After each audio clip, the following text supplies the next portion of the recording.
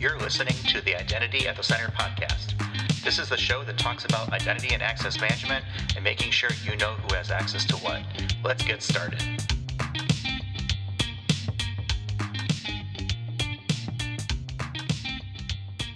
Welcome to the Identity at the Center podcast. I'm Jeff, and that's Jim. Hey, Jim.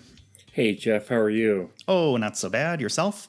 I'm good. I've been busy. I've been putting together a blog on ransomware. So that's kind of, it's obviously such a hot topic. It's been a hot topic for a while, but I think it's front page news recently. Normally I'd just sit down, bust out a blog, and it would be online within 24, 48 hours. But, we've got a review process at our company, and so it'll go through that, but probably looking to publish it, mid-June or something like that, sometime in June. And then what I'd like to do is come back and be a guest on the Identity at the Center podcast, if that would be all right with you. Well, you have to talk with our booking agent, Mr. Jim Cube. He's the one that will handle all that kind of stuff. I try to stay behind the scenes. I got enough to work on, so maybe I can introduce to him later and we can get that going. So when you talk about the review process, would it be fair to say that your blog on ransomware might be ransomed? Be a help for ransom. It could be.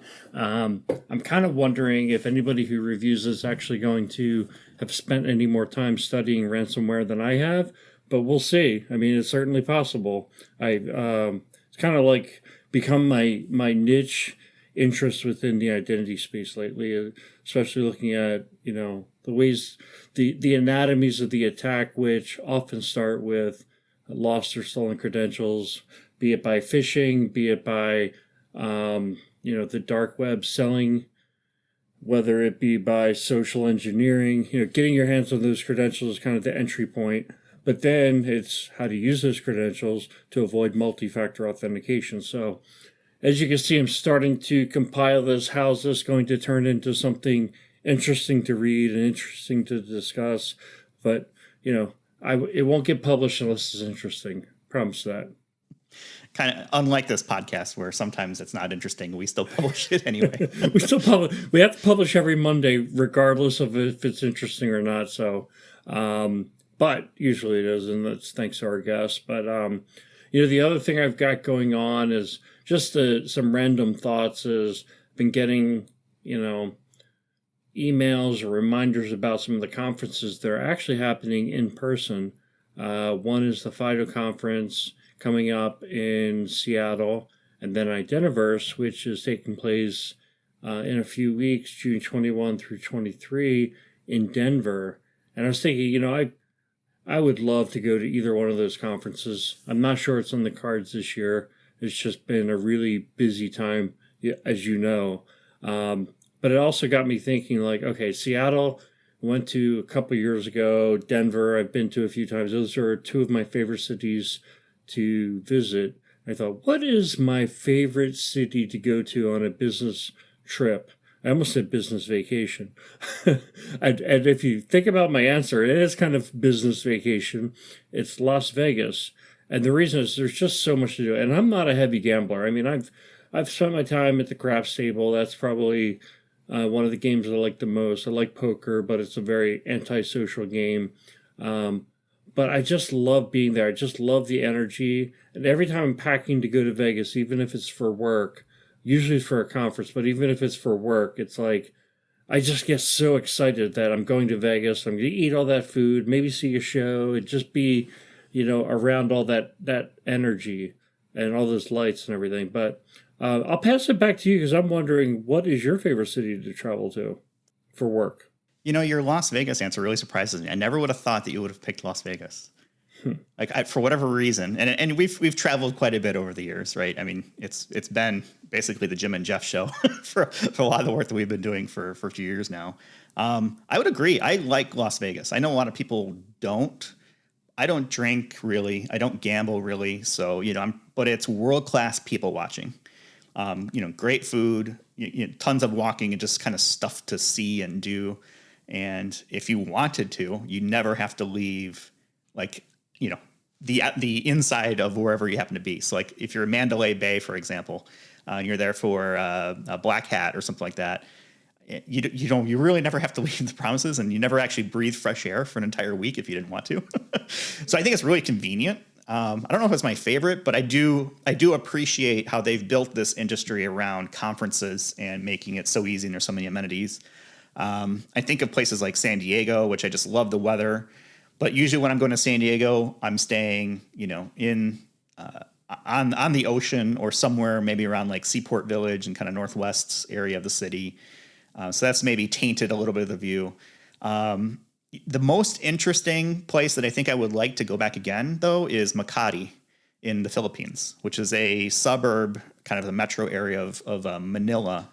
I was there for work several years ago, and I had a great time there. The people were so friendly, and I would go back. I mean, it was really interesting, and I enjoy international travel whenever I can.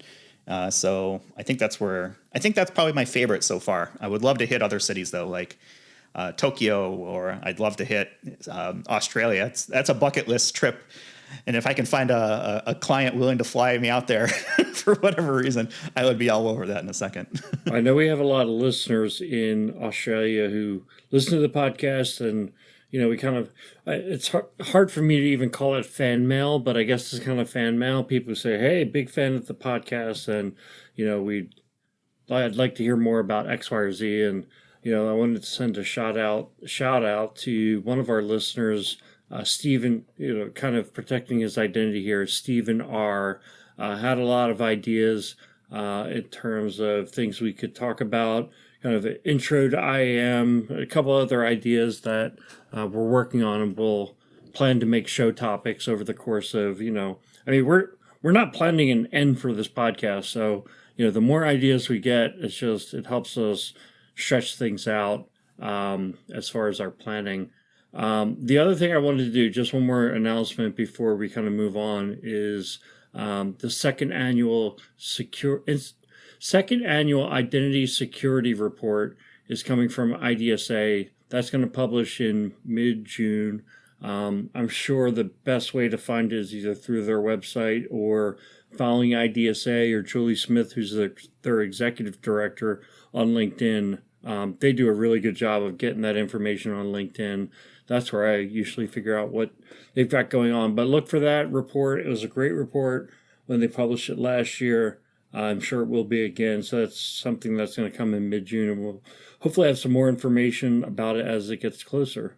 Yeah, I'll be curious to see what's changed over the last year or so, and see what kind of topics they've come up with this year. And yeah, definitely shout out to Stephen R. Again, protecting the innocent here. Came up with a lot of great topics for suggestion and stuff that we'll get into the hopper and start talking about at some point here. And even if it's something that we have already talked about in the past, I don't think there's anything that precludes us from going back and talking about it again. I mean, the identity space changes all the time, right? So what was true, last year may or may not be the same this year. And, this is mostly an opinion and conversational type of program. So the great thing about opinions is that they can change, right? So if my opinion has shifted on something, and I'm happy to say here's why. So, we'll definitely start working through that. For today, though, let's start talking some identity stuff. And I know that we want to talk about CARTA, which is Continuous Adaptive Risk and Trust Assessment, which is a Gartner term. It really talks about authentication and how that fits into the identity space, and making sure that people have the right access to the right information and so forth and things. So we're going to talk about CARTA today. Maybe a little bit is about zero trust, and maybe some other authentication things.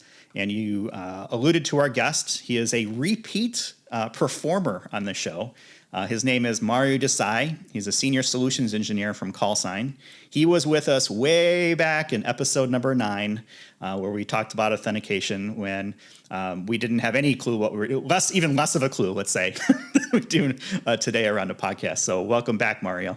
Thank you, Jeff. Thank you, Jim. Happy to be back here again and talk with you guys. Appreciate it. Yeah, thanks so much for joining us. So episode 9 was a long time ago. We're talking about where we like to visit from a business trip perspective. Do you have a favorite city that you like to hit? I think I have favorite cities that I love to visit. But if I had to choose one, if you forced me to, I think I would choose Brussels, Belgium. That was the first international project, or at least no offense to Canada, but it was the first international project where I had to go overseas for. So it was exciting. The city was incredible. It was beautiful. I had a great time there. Uh, People were amazing. So for both personally and professionally, great time, and that Brussels is always going to have a special place in my life. So I'd say Brussels. Great waffles and great beer. Yeah, and chocolate's not bad either. Yeah. Hey, no, I thought you might mention Ecuador. You're one of the few people I know who have gone on a business trip to Ecuador. I have gone on three business trips down to Quito. And to be honest with you, it was a toss up between Ecuador and Brussels. 'Cause in Ecuador, I had the opportunity to go and hike and trek up on Cotopaxi as well. So that was also a really cool experience. I think that's really cool when you're able to take a business trip where you're being paid to be there, all your expenses are covered, and you build like a great life experience from it. Yeah. Yeah, absolutely. Yeah.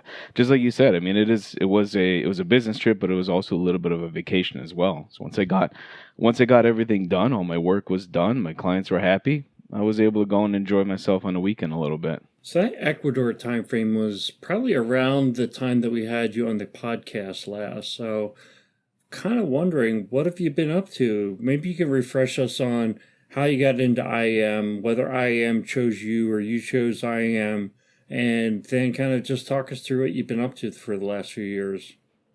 Yeah, it's a good question. I actually found IAM shortly after I graduated college. I was put into an internship program at my first company, and I went from, they did these 6 month stints. And after about a year of 6 month stints, I found my way into security.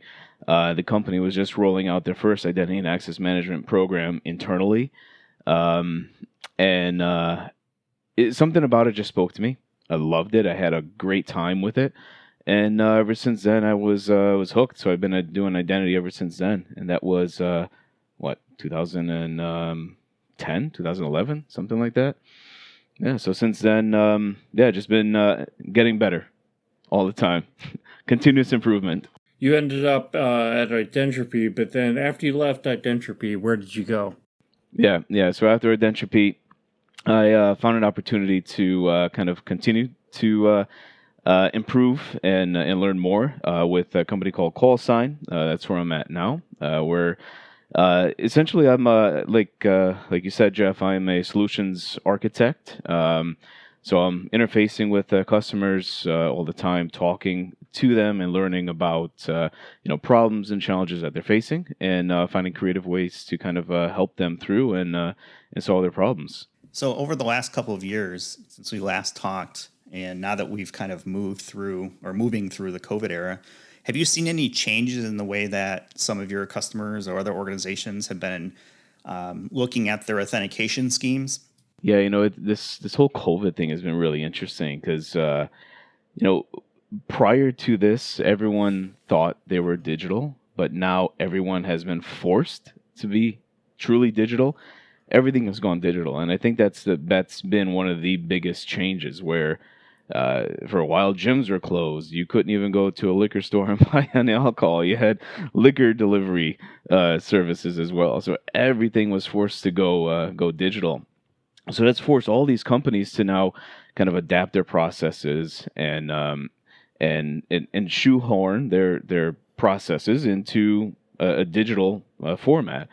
But that's also been sort of the issue too, is that they're trying to take these real life scenarios and just digitize them rather than making it a truly digital experience. So I think that was kind of part of the problem where companies were not really prepared, and then they just kind of migrated to whatever was available in the digital space. Yeah, I think that we've seen that with almost every aspect of security where people are now more remote, not only working remote, but shopping remote and doing everything remote, quote unquote, on steroids.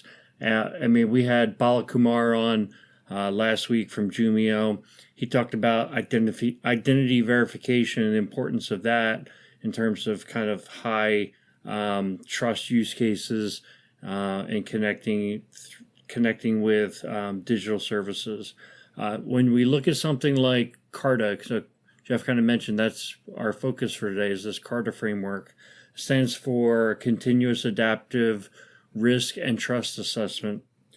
And you're kind of dealing with that on a regular basis, right? Your area is around intelligent authentication. So very important part of CARTA. Maybe what we could do is just kind of start with the baseline. What is CARTA so people can kind of understand it? Yeah, so in my own words, if I were to describe this, I'd say that CARTA is a framework that helps move towards sort of modernizing security practices for the current digital landscape. The network has changed, the perimeter has changed. They're not the same as they used to be. We're not, especially now, the workforce is not all in an office sitting physically with their laptops connected to a network.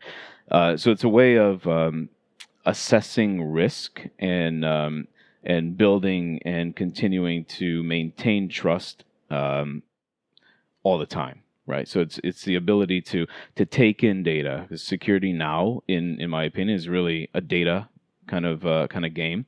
That's the blood that fuels the veins of security.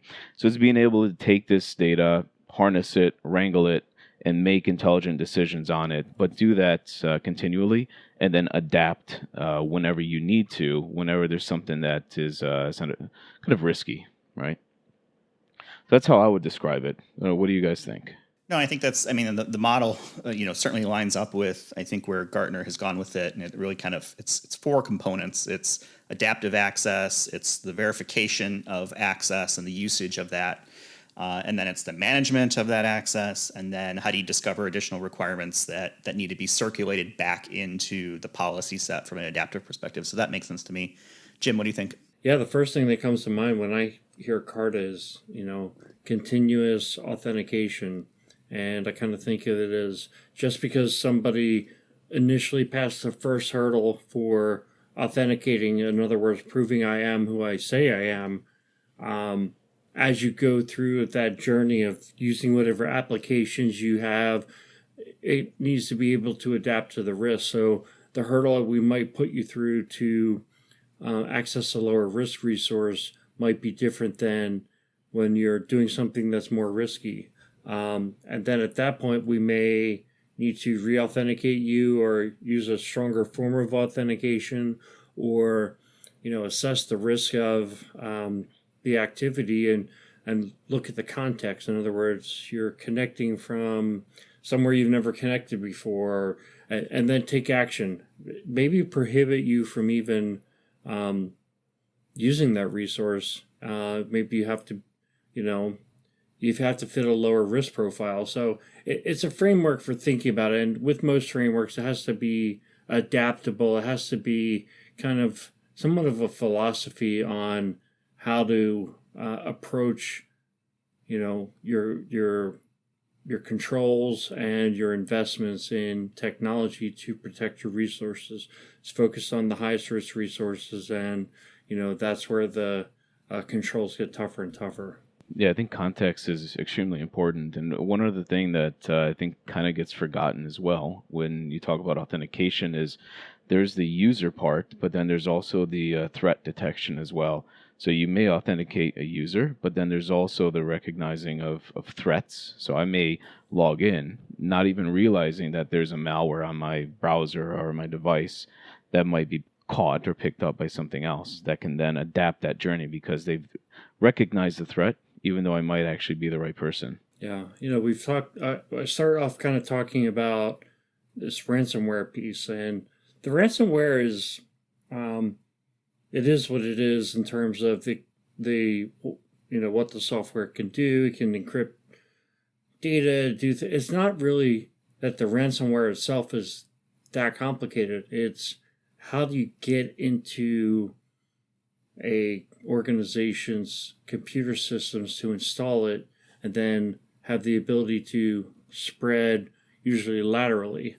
Um, and when you look at the CARTA model, they first start by talking about discovery requirements. And so I've been thinking about a framework which starts with what are kind of your access points. So if you have a corporate network, what are the ways that people can get onto that network? It's via the Wi-Fi. It's maybe they plug into the network, or they're connecting via VPN or ZTNA, or who knows what, maybe you have other ways. Then there could be VPN tunnels from trusted third parties. But there's all these ways that folks can get into your network. And, the question is, where are the controls laid around those entry points? And if you don't have full, controls on all the entry points, the systems that are within that network then are exposed where, maybe somebody didn't do a strong authentication, multi-factor authentication. They're on the network. Now they can potentially have access to a server or a resource. And really, if you think about zero trust and CARTA, it's the idea that, taking a kind of a perimeter approach doesn't really work for a couple of reasons. One is, first off, your attackers could be insiders. Second off, being 100% sure that you have a shell around your network that is impenetrable by hackers is you're probably not likely. And then the third is all those resources that sit outside of your network, like cloud applications and things like that. But in terms of ransomware, I think the trend that we see the most is that people are getting on the network and then they're installing it on a company's servers, the applications that they run themselves, or the file servers or whatever, and then they're spreading laterally. So discovery is really about looking at what all those entry points are, looking at all those resources are, and making sure that, one, you have good authentication controls. And, I think this is really what's the best control is multi-factor authentication. So even if you have compromised credentials, you still need to be able to make it over that multi-factor hurdle. Now, I don't think that's a guarantee that couldn't happen, but there's layers of controls too. There's multi-factor, there's device trust, there's things like that. So all those things play in, but it starts with, you kind of have to understand what you're protecting and how people can get to those resources, right? If someone can just park their car and jump on your Wi-Fi without having MFA, potentially they can weasel their way into your network and install some ransomware. So it starts with that discovery. Yeah, I would agree. You really need a deep understanding of all of your endpoints, your network, but then also the resources that you're protecting, whether it's for your workforce or for your consumers, and sort of have a classification of what these applications or what these resources are, so that you can then start to say what is appropriate. What sort of scrutiny should we take a user through to make sure that one, they are the right person, and that two, they should actually have access to these resources as well. I think you're absolutely right, Jim. So we've been on a roll the last several weeks talking about zero trust, and that's kind of been the topic du jour, I think, for the identity and infosec space for the last couple of years. And I think there's maybe some confusion between CARTA and zero trust. How do they play together? Do they play together? Are they the same thing? How do you see CARTA and zero trust fitting together, or maybe they do not fit together? How would you explain that, Mario? No, I think they're separate, but they work together. So to me, zero trust is sort of a architectural principle or architectural design where you minimize privileges, basically assume or default to a deny for an access request until something is absolutely required. So basically, if you want a resource, the default answer is deny. Prove to me that you need it. Very high level. That's zero trust, and that's a great stance to take. And then CARTA is is more about the adaptiveness of making decisions, and then being able to harness this data and harness new information as it comes in through a rule set or a policy, and then adapting your decisions. Because I'm sure, just like anybody else, I've made wrong decisions, or I've made one decision, then I've gotten more information and want to change my opinion later on. So the same thing with would apply here too. As you start to learn, then you can adapt. So I think these work together, but they're separate. And I would say that in my view, zero trust is probably part of the CARTA framework. Yeah, that's kind of how I see it too. I see it as a subcomponent of the CARTA model, right? It's the authentication area of it. And, I was sitting here thinking, and one of the things that we get asked a lot is, how do we simplify and explain some of these concepts to people who might not be as familiar with identity and authentication and continuous and adaptive, auth and all this other stuff that we kind of take for granted every day in the IAM space, but maybe others. And I came up with this analogy of what zero trust networking is. And what I want to do is, picture you're a customer and you're visiting a bar or a pub, as it might be called around the world, right? You want to go in and get a drink. You may be standing outside in a line to show your ID, to even get in, to show that you're of age, right? To be able to go through there. And then you sit down at a bar and you look at a drink menu, or you look at what's on display at the taps, right? To say, okay, here's what we have to offer. And then you tell the bartender, here's what I want to drink. Then the bartender serves you your drink. And that to me is very much a very simplistic way of looking at zero trust networking, because you had to basically authenticate at the front door with an ID that says who you are. Then you're shown a list of available resources that you can request, i.e. the different beers on tap or the drink menu. And then you didn't go back behind the bar and get it. The bartender took the ingredients and made the martini, or pulled together, the chilled glass out of the freezer and poured the nice tall Guinness or something like that, right? And this was all stuff that really I see it as part of the zero trust perspective underneath the CARTA framework. And the way I say that is like, okay, that was the authentication portion of CARTA. And then if you want to expand CARTA to include, or let's see, if you want to expand that to include the CARTA components, right? You're still sitting at the bar, you're drinking a drink, and maybe there's a shift manager who's watching for signs of over-serving and handling other risks that might come up, right? Kind of a traffic cop, whatever it may be. They're verifying the usage of product is appropriate. You might have a bouncer in the corner, right, who's watching what you're doing and making sure you're following the rules before they toss you out, preferably through the door and not the window. They're assessing risk, right, and they're constantly evaluating. And I think of movies like Roadhouse, right, where Patrick Swayze is the bouncer du jour, right, and he's always looking for risks throughout the thing and stuff like that. And then you've got this general manager maybe type person who is really responsible for the entire operation. And they're really kind of overseeing it all. They're making sure that their menu of available services, drinks, beers, whatever it may be, are current with whatever is looking for, from a demand perspective. They're establishing rules and other kinds of regulations and all of this stuff for kind of everyone to follow. And they're really coming up with, what are the additional requirements that they need to feed back into that constant cycle and that loop of authentication and making sure things are appropriate and making sure, usage is being managed, and then continually improving that. So, that's kind of my hopefully very simplistic but understandable way to kind of see how zero trust plays inside of the CARTA framework. And that is extremely raw.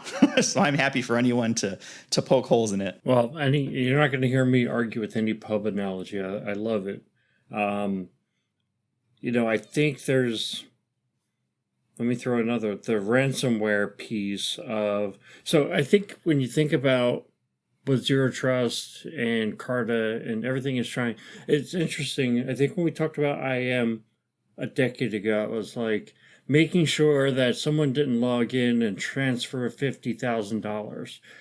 That's not the attack that most organizations are being like sideswiped by. There's two types of attacks that are happening now that just blow organizations' doors off, and those are data breaches and ransomware, right? You get in the door and then you have to move laterally. So what I was going to add to your bar analogy is I come in the door, I'm allowed to go to my bar stool, but I'm not allowed to go around from booth to booth and poison people's drinks. A drip poison in people's beers. So there's that aspect of it, which is that micro segmentation. So in other words, I'm going to let you in, I'm going to let you into your resource, and then I'm not going to let you move laterally. Right? I'm going to have controls that are going to stop that. Then the other aspect of all this is, well, what if your bad actor is your bartender and you never checked his credentials, right? He's sitting on your network. He bypassed some of what you thought of as your traditional controls. The bouncer never even looked at him. Nobody thought that this guy might be going around dripping poison in people's drinks. So those are so if anybody's willing to go back to a pub after hearing that, I don't know. Yeah, you brought up a couple of good points there, and I'm leaning back on my long restaurant background of 10 years before I even got really in the identity space. I thought of another thing too. So when you go up to the bar, you might be asked to show your ID again, a multi-factor, because maybe you got past the bouncer, or maybe they weren't scrutinizing it. But at the end of the day, the person who's going to get fined or get in trouble is probably going to be the person serving the drink. So it's incumbent on the bartender or server to check that ID again. And yeah, you bring up a lot of good points, right? What if you are the bartender and you're the problem?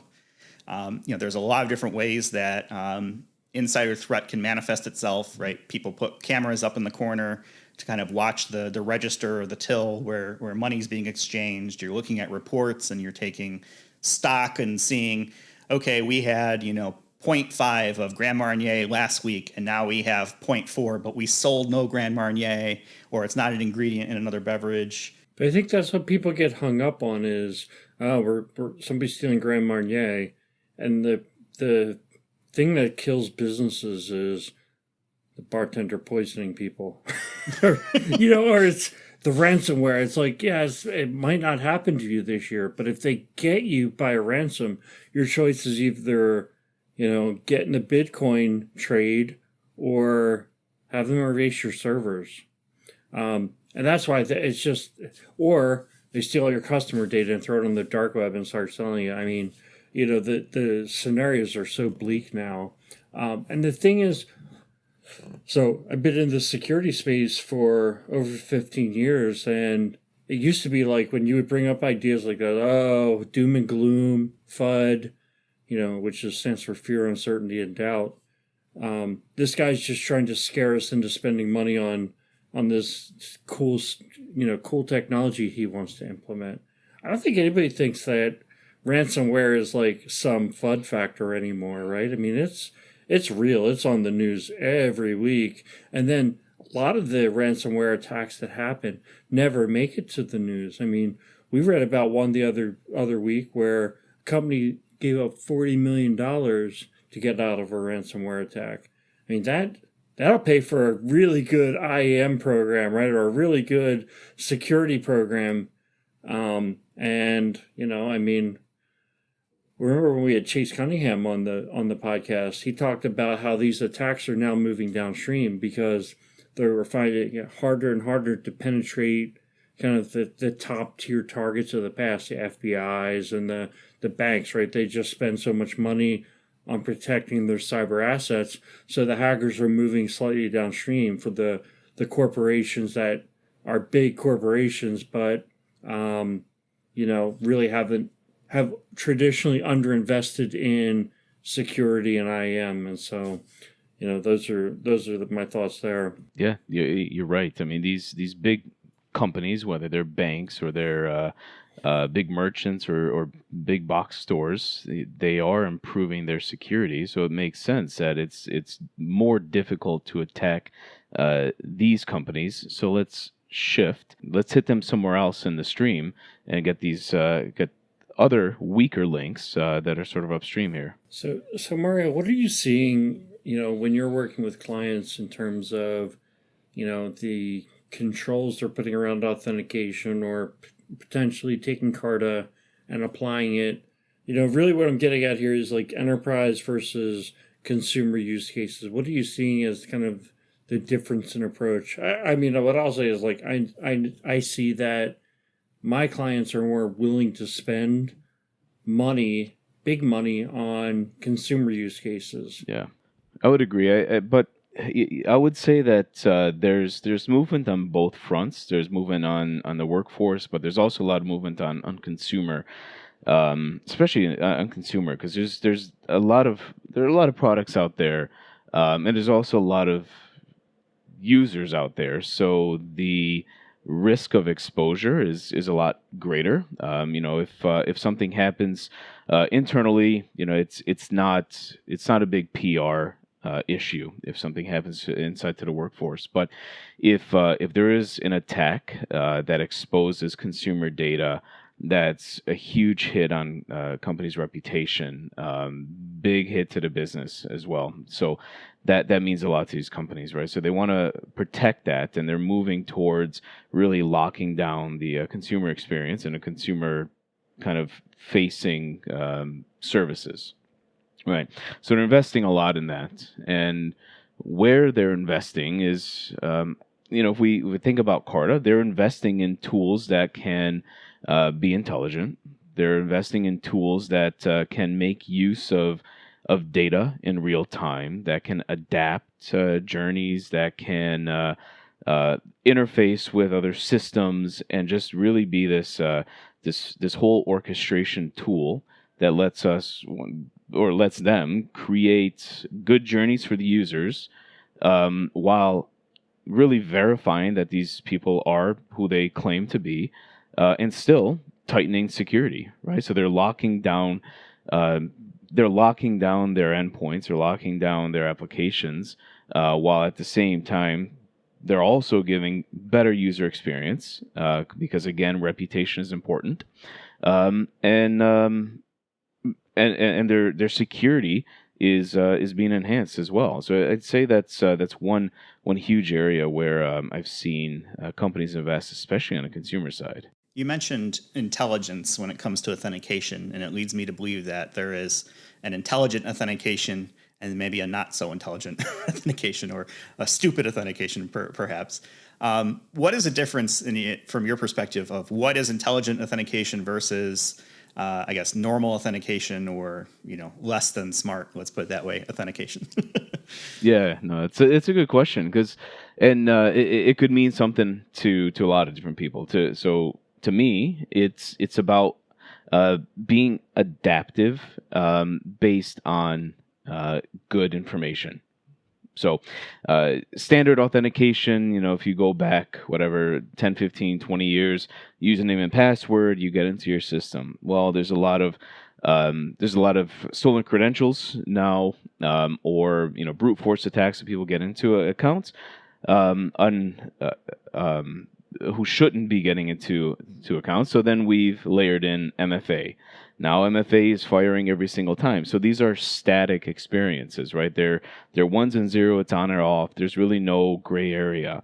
So I think intelligent authentication is kind of in the middle, and it helps manage that gray area where you can adapt a journey. Maybe you just want a username because you can recognize a device, recognize that somebody's coming in from a known network or from a known location.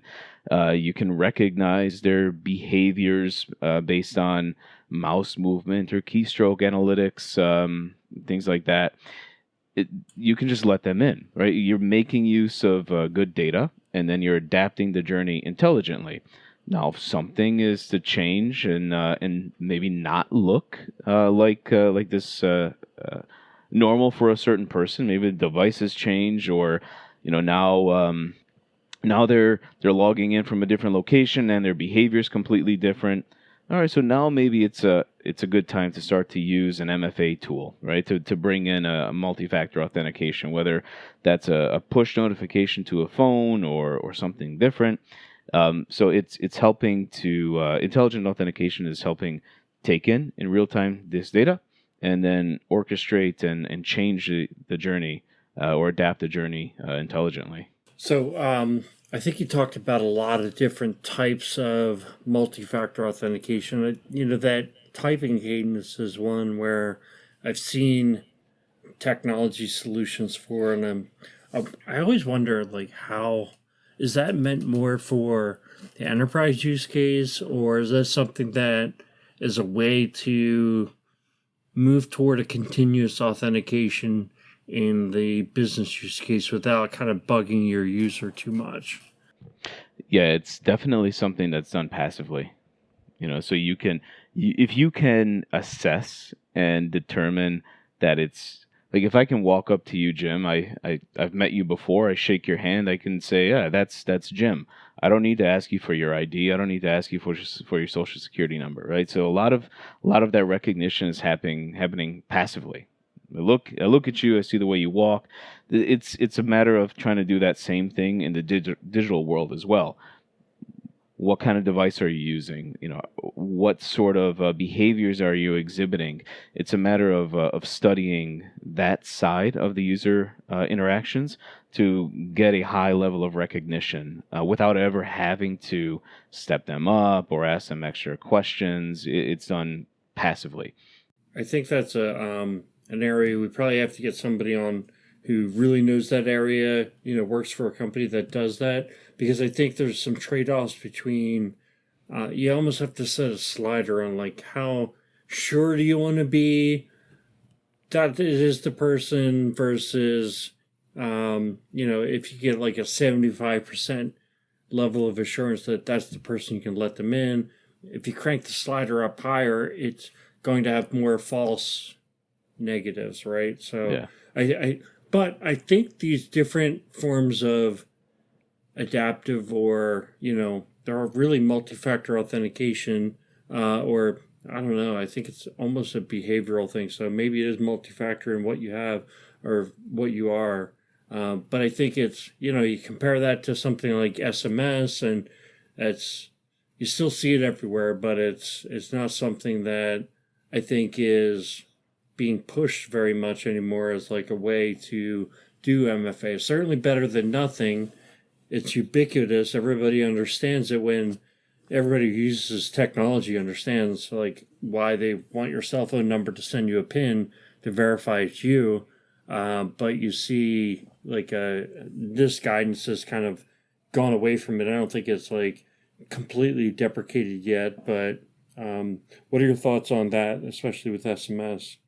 Yeah, well, first I would say that this sort of analytic is a form of authentication for sure. I mean, it's the inherence factor. So you have your proof of possession, you have your proof of knowledge, and then there's the proof of inherence, which is something that you are. That could be a fingerprint, a face biometric, that could be your behavioral biometric. So this is definitely an MFA.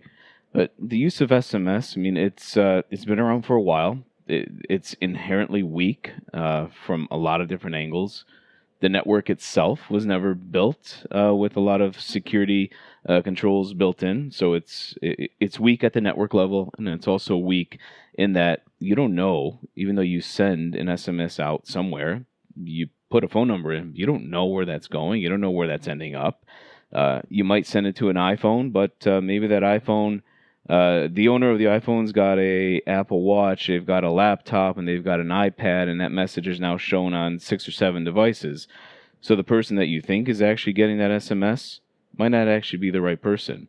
So there's, that last mile of getting the identity is lost with an SMS. But people are familiar with it, and they're super easy to implement, and relatively cheap. You can probably send an SMS for a fraction of a penny, per message. So it makes sense for something quick, but it's definitely not the most secure option. So, Mario, you've been super generous with your time. I think we've had a really fun conversation here today.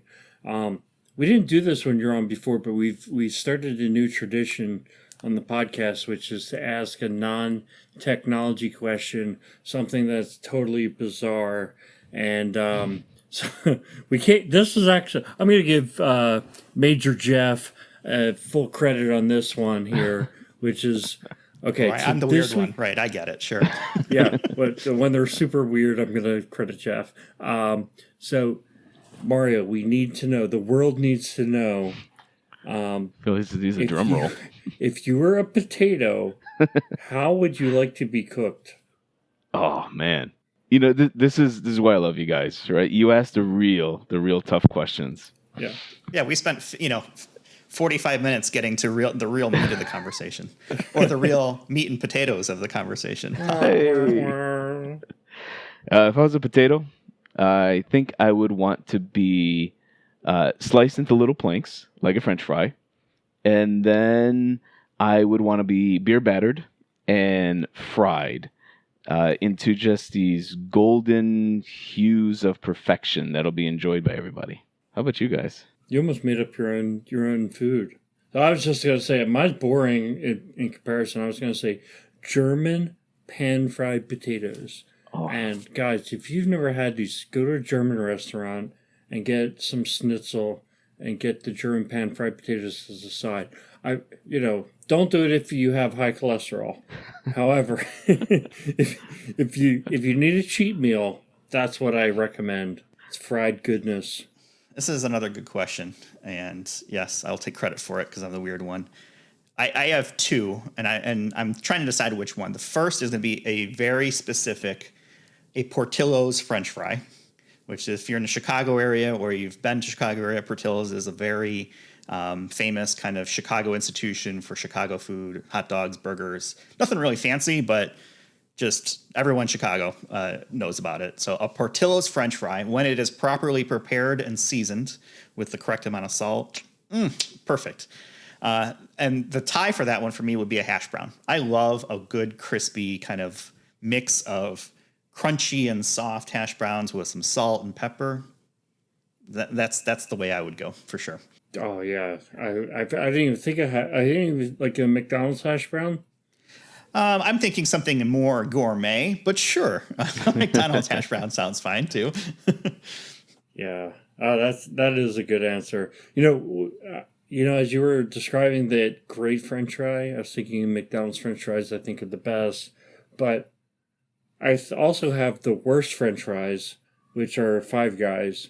I mean, those things are just soggy, Yeah. oily. Like, how can you have such amazing burgers and such rotten French fries? I don't get it.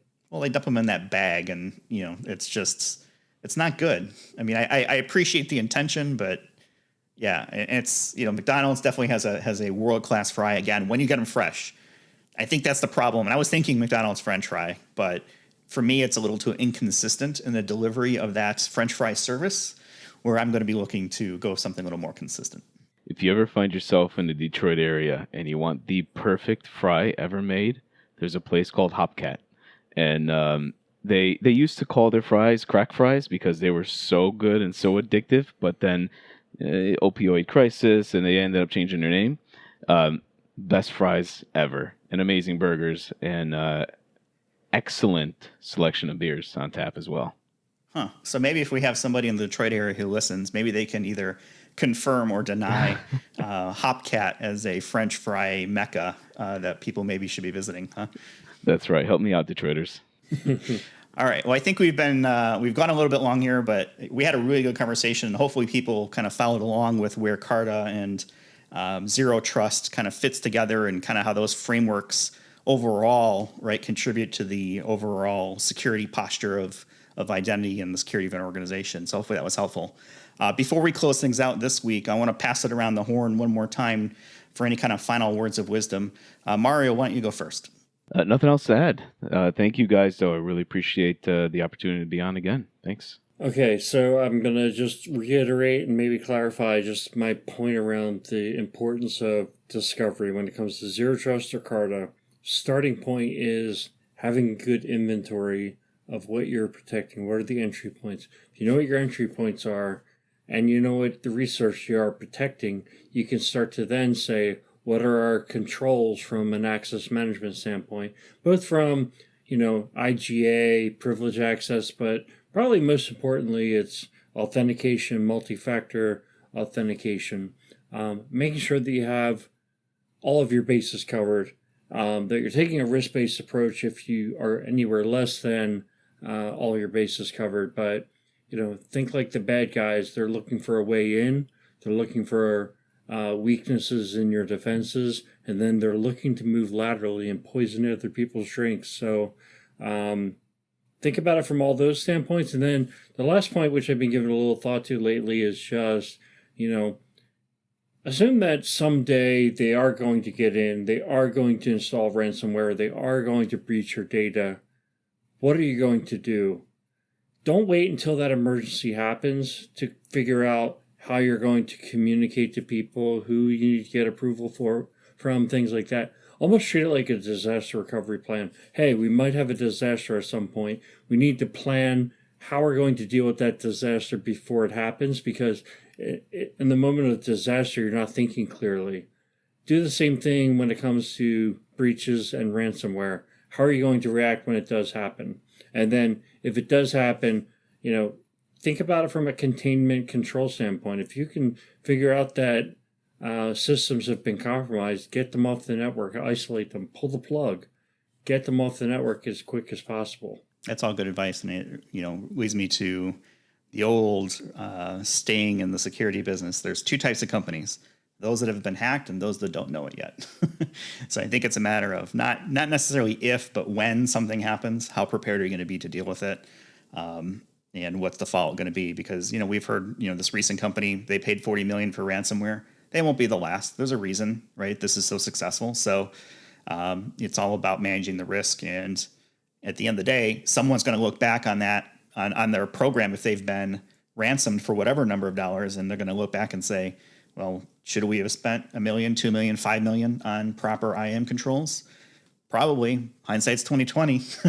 And, chances are, if they have that kind of budget, they probably spent 5, 10, 20 times that to get out of the ransomware situation. So it's something to consider. And, I think people get it. And that's, I think, why like things like FUD that you mentioned, Jim, earlier, fear, uncertainty, doubt. It's known, right? People get it, but we're also becoming desensitized to it. It's happening daily, right? Every week there's something that's been breached, hacked, leaked, ransomed, whatever it may be. And 80% of those breaches come back to an identity of some sort. So that's why it's important to make sure that you have the proper controls in place. So something to consider for the folks who are listening out there. All right, let's go ahead and close it out for this week. Mario, thanks for being on the show again. I'll have a link to Mario in our show notes if you want to connect with him on LinkedIn, as well as a link to his company, Callsign, CALLSIGN.com. You can visit them and learn more about how they fit into this authentication space, which is really cool. And always you can connect with Jim and I on LinkedIn. Keep those comments coming. I hate the word fan mail. I appreciate the suggestions and the feedback. How about that? It definitely is a motivating factor for us to keep going. And, we're always looking to make sure that we have content that people find interesting. So there will be that. And then don't forget, you can visit us on the website at identityatthecenter.com and on Twitter at IDAC Podcast. And with that, we'll go ahead and close it out. Thanks for listening, and we'll talk with everyone in the next one.